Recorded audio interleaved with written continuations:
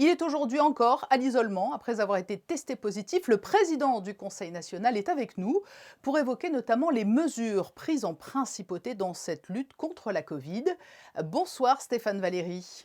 Bonsoir Madame Navarro. La première question qui s'impose à l'attrait à votre état de santé, comment allez-vous aujourd'hui après avoir contracté le virus de la Covid-19? Je vais beaucoup mieux. J'ai eu la chance d'abord d'avoir des symptômes limités. C'était un peu l'équivalent d'une légère grippe avec un peu de fièvre, avec des maux de tête. Il reste donc aujourd'hui une sensation de fatigue. Je crois que tout le monde qui a été positif ressent la même chose. Mais je vais puisque je n'ai plus de symptômes, je vais refaire un test et j'espère très vite donc retrouver mes équipes sur place en présentiel au Conseil national, même si en fait j'ai jamais vraiment cessé bien sûr d'être en contact avec toutes les équipes du Conseil, à qui je rends hommage. La principauté a décidé de ne pas faire le choix d'un deuxième confinement. C'est également une option que vous appeliez de vos voeux? Oui, absolument. Je crois que l'État monégasque a pris les meilleures solutions possibles, les plus équilibrées. Nous avions à la fois, je le répète, à limiter la propagation du virus, qui même à Monaco est une réalité, on le voit hein, chaque jour avec le nombre de cas positifs de plus en plus important, mais en même temps, il fallait préserver notre économie autant que possible, préserver notre vie sociale. Et je dois dire que les mesures qui ont été prises, c'est-à-dire le couvre-feu, mais le maintien des commerces, en activité, le maintien des restaurants, le maintien aussi de la culture et d'une vie sociale. Ce sont les meilleures décisions possibles. Elles ont été prises dans la plus large concertation. Mais si la situation sanitaire venait à l'exiger, vous comprendriez qu'une nouvelle période de confinement soit mise en place? Les commerçants la redoutent. Je comprends l'inquiétude, en fait. C'est l'inquiétude des acteurs économiques et des résidents et des salariés, c'est qu'on envisage à Monaco, on passe à un nouveau confinement. Je pense que ceci fait que la rumeur se propage. Mais nous avons une situation différente de la France. Notre hôpital aujourd'hui n'est pas saturé. Certes, le nombre d'hospitalisés a légèrement augmenté. Je crois qu'on était à 12 hier soir. Mais ce qui est le plus important, c'est le nombre de personnes en réanimation. Elle était de 5 hier soir. C'est un chiffre qui a un peu augmenté, mais qui est relativement stable depuis quelques jours. Nous ne sommes donc pas saturés. Notre hôpital fait face. Et donc, nous n'avons pas besoin, grâce à cette situation où nous maîtrisons les choses à l'hôpital, nous n'avons pas besoin d'envisager des mesures plus dures. Alors, aujourd'hui, bien sûr, il faut pour autant faire un point régulier. Vous aviez évoqué il y a quelque temps la possibilité de mettre en place des tests salivaires, en plus des tests déjà en cours. Quelle est votre position aujourd'hui sur l'ampleur du dispositif de test à Monaco? Et force est de constater que partout en Europe, en France et à Monaco, la politique des tests PCR n'a pas été une grande réussite. Parce qu'il ne suffit pas de faire beaucoup de tests en quantité. Encore faut-il très rapidement donner le résultat, notamment à ceux qui sont évidemment positifs. Donc, nous demandons avec insistance au gouvernement depuis plusieurs semaines de passer à de nouveaux tests, ces tests antigéniques qui sont validés dans beaucoup de pays d'Europe et en France maintenant depuis déjà un certain temps.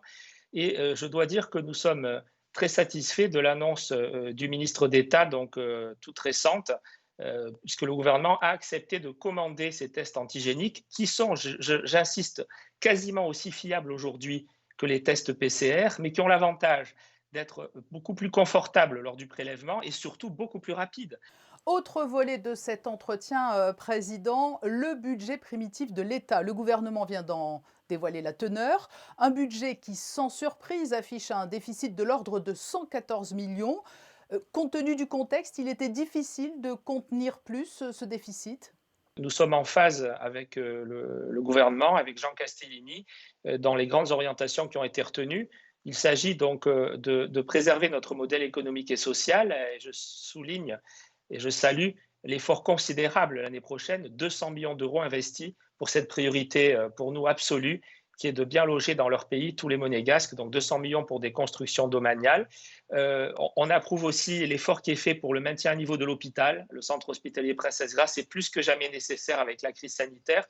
Les efforts pour terminer, bien sûr, le Larvoto. Et je voudrais aussi rendre hommage à tous les services administratifs qui ont accepté, également beaucoup d'organismes donc subventionnés, qui ont accepté de limiter leurs frais de fonctionnement. Donc cette année, nous aurons la plus faible augmentation des frais de fonctionnement de l'État depuis de très nombreuses années. Voilà. Pour autant, j'y reviens un instant, il faut utiliser les sommes votées pour soutenir non seulement les salariés, et c'est fait à travers le CTTR qui est prolongé, mais aussi les entreprises, les commerces, les travailleurs indépendants en difficulté. Donc je sais que là aussi nous sommes en phase avec Jean Castellini. Il faut donner plus d'ambition à la CARE, cette commission donc d'accompagnement à la relance économique. Il ne faut pas hésiter. Nous avons voté 350 millions lors d'un budget rectificatif. Une partie importante de ces sommes n'ont pas été dépensées.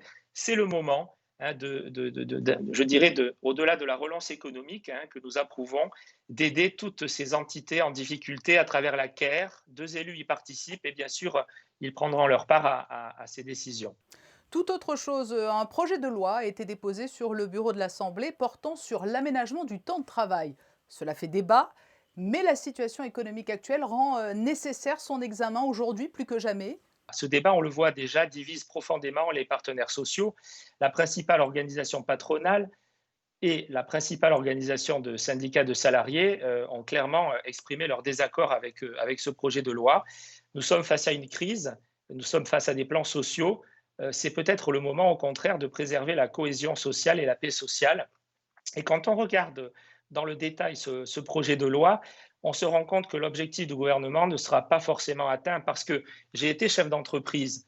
Si vous laissez le choix au chef d'entreprise entre le CTTR, où vous pouvez donc vous pouvez faire payer par l'État une partie du temps de travail de votre salarié dont vous n'avez pas besoin en ce moment, ou si on vous laisse le choix plutôt d'annualiser et de payer le salarié alors qu'il ne va pas travailler en hiver, l'immense majorité des employeurs vont évidemment choisir le CTTR, c'est-à-dire de ne pas payer une partie du salaire en question. Donc nous allons, vous avez compris, prendre le temps d'étudier ce projet de loi, de recevoir l'ensemble des partenaires sociaux. Le gouvernement a mis plusieurs mois à déposer son texte. Nous prendrons quelques semaines. En conclusion, Stéphane Valéry, le ministre d'État Pierre Dartout est entré en fonction au mois de septembre. Comment se déroule le travail entre gouvernement et Conseil national? Le maître mot de votre côté, c'est la concertation. Est-ce que la méthode Dartout répond à vos attentes? Je crois que M. Dartout, notre ministre d'État, est un homme qui a beaucoup d'expérience. Je crois qu'il partage, comme moi, comme les conseillers nationaux, d'ailleurs unanimes, cette volonté plus que jamais de travailler dans l'unité des institutions. On s'en sortira à Monaco parce qu'on est mieux armé qu'ailleurs, parce que nous avons effectivement des institutions fortes, nous avons un modèle économique et social extrêmement performant que nous voulons tous ensemble défendre et préserver, mais on s'en sortira si justement nous sommes unis, tous. Stéphane Valéry, merci d'avoir été notre invité aujourd'hui. Merci à vous, Madame Navarro. Merci beaucoup.